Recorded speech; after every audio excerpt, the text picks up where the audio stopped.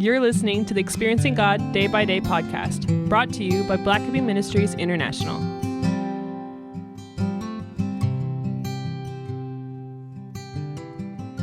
December 11th, 3 temptations, Matthew 4, verse 3.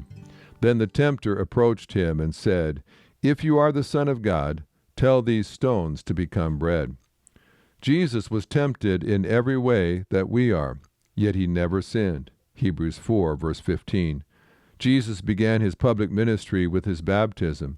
As John the Baptist raised him from the water, Jesus heard his Father's affirmation, "Well done."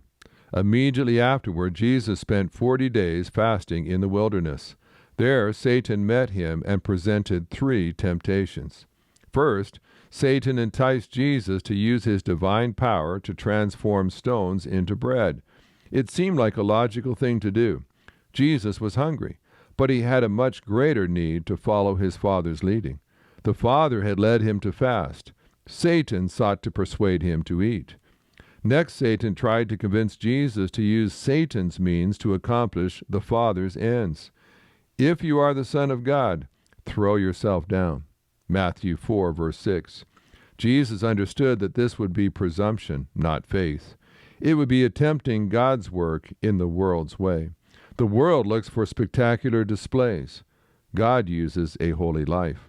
The final temptation Satan proposed for Jesus to achieve God's will was by worshiping Satan. Matthew 4, verses 8 and 9. In return, Satan offered to give him all the kingdoms of the world.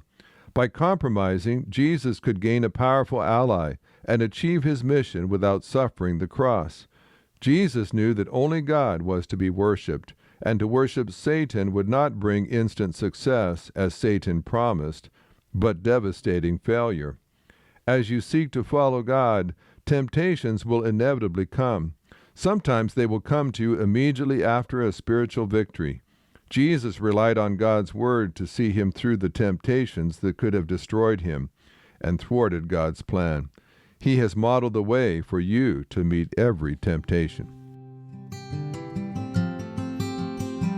This podcast is based on the book Experiencing God Day by Day by Henry and Richard Blackaby, published by B&H Publishing Group, music by Mark Brown.